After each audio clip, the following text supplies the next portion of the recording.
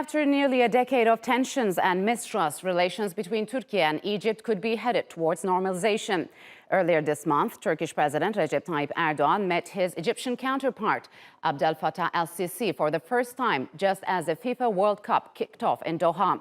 President Erdogan said that ministerial-level talks with Egypt could begin, ending one of Turkey's last remaining diplomatic freezes in the region. During a recent event in Konya, President Erdogan said that there was no room for hard feelings in politics and that his Egyptian counterpart Sisi was very happy with their brief meeting. Meanwhile, Turkish Foreign Minister announced that the two countries could appoint ambassadors in the coming months, ending a 9-year absence. Ties between Ankara and Cairo turned hostile in 2013 after the overthrow of Egypt's first democratically elected President Mohamed Morsi. Egypt's support for the Saudi-led blockade against Qatar also strained its ties with Turkey.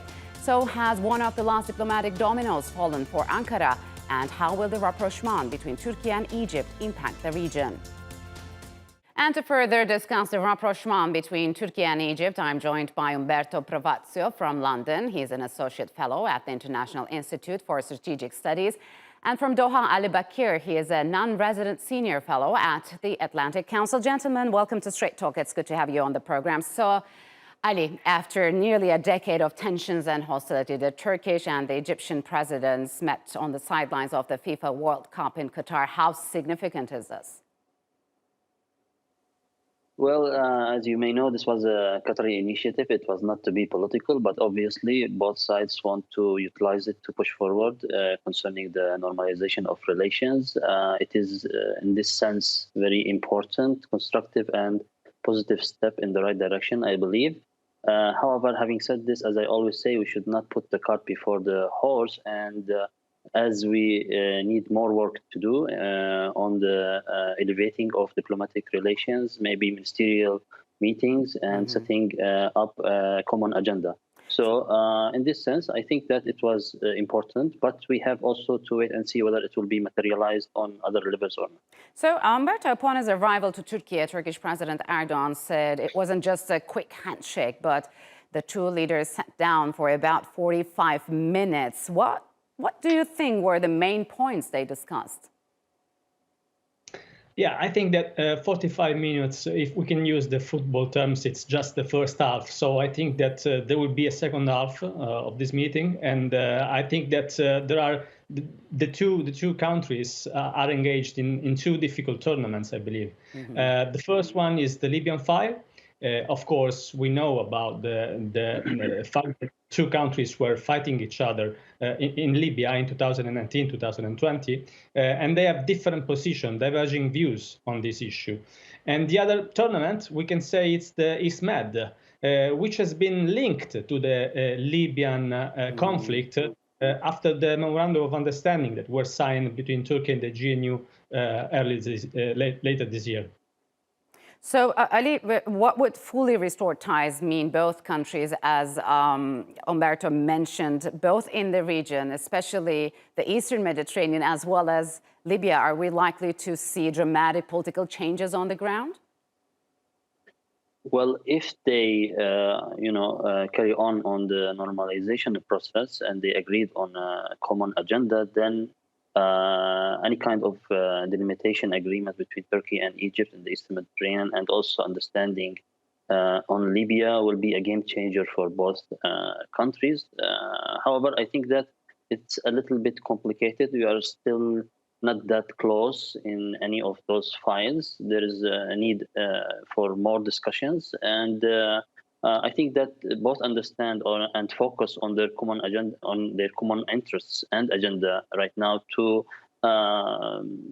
override any political disagreements. However, there will be obstacles in the way, and there will be challenges, whether it's concerning the position of Greece or concerning the political dynamics in Libya. So what are the most pressing issues, Umberto? I mean, and also what are the shared interests of both countries? Well, I think that if we take a look at the past, one of the main issues was the role of political Islam and Muslim Brotherhood affiliated organization in the Middle East. Considering the fact that these organizations have declined, as we have seen by the electoral results, but also by the defeat on the ground, this major obstacle has been removed. And I think that this has paved the way for reconciliation attempts between these countries, in particular Egypt and Turkey, that are moving from, I believe, from a middle power competition to an adversarial collaboration. And this will be tested further on the ground, especially in the two issues I mentioned before, which is Libya and the East Med. The role of Greece is particularly important because of the fact that the linkage between the Libyan conflict and the East Mediterranean has been activated. Now we have a further actor playing in this game, and this can create complications on the way ahead. So, Ali, why is Greece so offended by this, let's say, brief meeting between Erdogan and Sissi? Would the two countries' normalization jeopardize the Greek interests or make the Eastern Mediterranean a more stable region? Well, Greece in particular has been working in the last few years to sideline Turkey in the Eastern Mediterranean and also to utilize from the anti-Turkey stance of several countries. But I think that following Al-Ula agreement and also the change in the dynamics, regional and international dynamics, sidelined Greece. And in this sense, Turkey's steps and normalization with Israel, the Gulf, Turkey normalization, especially UAE and Saudi Arabia, and now Egypt, Turkey, there is a progress on the normalization process. This will leave Greece isolated, and it will react negatively to this kind of. However, the Turkish stance is to include all countries in the Eastern Mediterranean in a kind of a comprehensive agreement that secures the interest of all nations in the Eastern Mediterranean.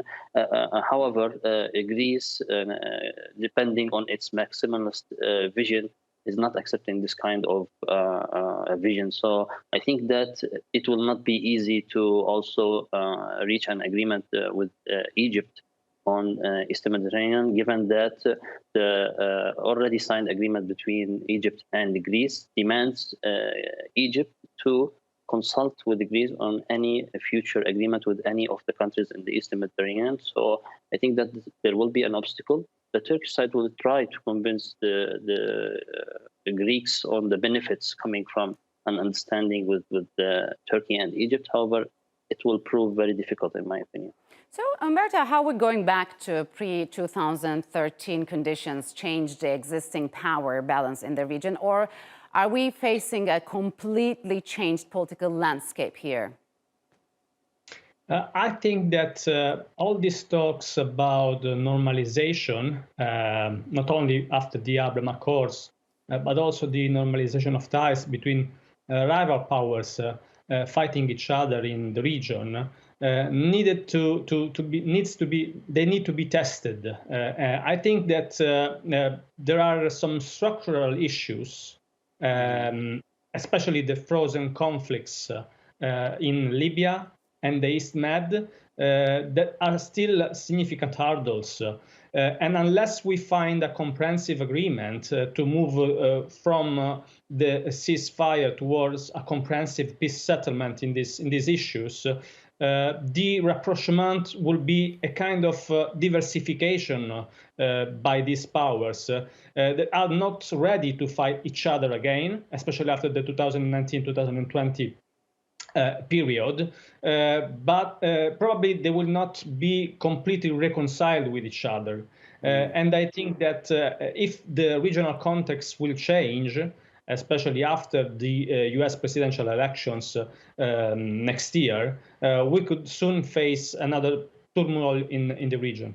So, Ali, what do you make of Qatar's role in bringing the two leaders together? Has Doha become a key diplomatic player in the region? Yes, of course. I mean, this is a typical Qatari stance and effort being a mediator, effective mediator, reconciliator, and also diplomatically very active. I think that the fact that Egypt is also normalizing its relations with Qatar in the last few months, and also pushing forward for a stronger relations was a motive for the Egyptian government to be open on Turkey, given that right now the relations between Egypt and UAE and Egypt and Saudi Arabia are not as good as they were in 2000, for example, 17. So the Egyptians need support, financial and political. They need recognition, especially Cairo is facing difficulties right now. I think that this also has helped the Egyptians and convinced them to agree on this setup. And of course, the Turkish side has its own interest and own calculation concerning the coming elections, and also securing Turkey's interest in Eastern Mediterranean, which, if happened, will be a game changer, in my opinion. So, Myrto, would you agree? I mean, can we draw some parallels between this latest move by Turkey and Egypt and the realignment of the Gulf and Arab states in the last few years? Of course, I think that probably we have seen in the recent years a shift from the Middle East towards the Gulf. So what happens in the Gulf is really important for the rest of the region. And all these attempts to reconcile rival powers in the Gulf had obviously beneficial effects for the rest of the region. I'm still skeptical that this will move forward, because I think that there is a kind of temporary convergence of interest among these countries, among these nations, but there are still some divisive issue that needs to be further addressed on the way ahead. And finding a settlement to the conflicts, especially Libya and the East Med, but also Yemen, would be crucial for these countries. I see both of you keep your expectations quite realistic in this regard. Unfortunately, we'll have to leave it here. Thank you very much for joining me on Straight Talk. Thank you. Thank you very much.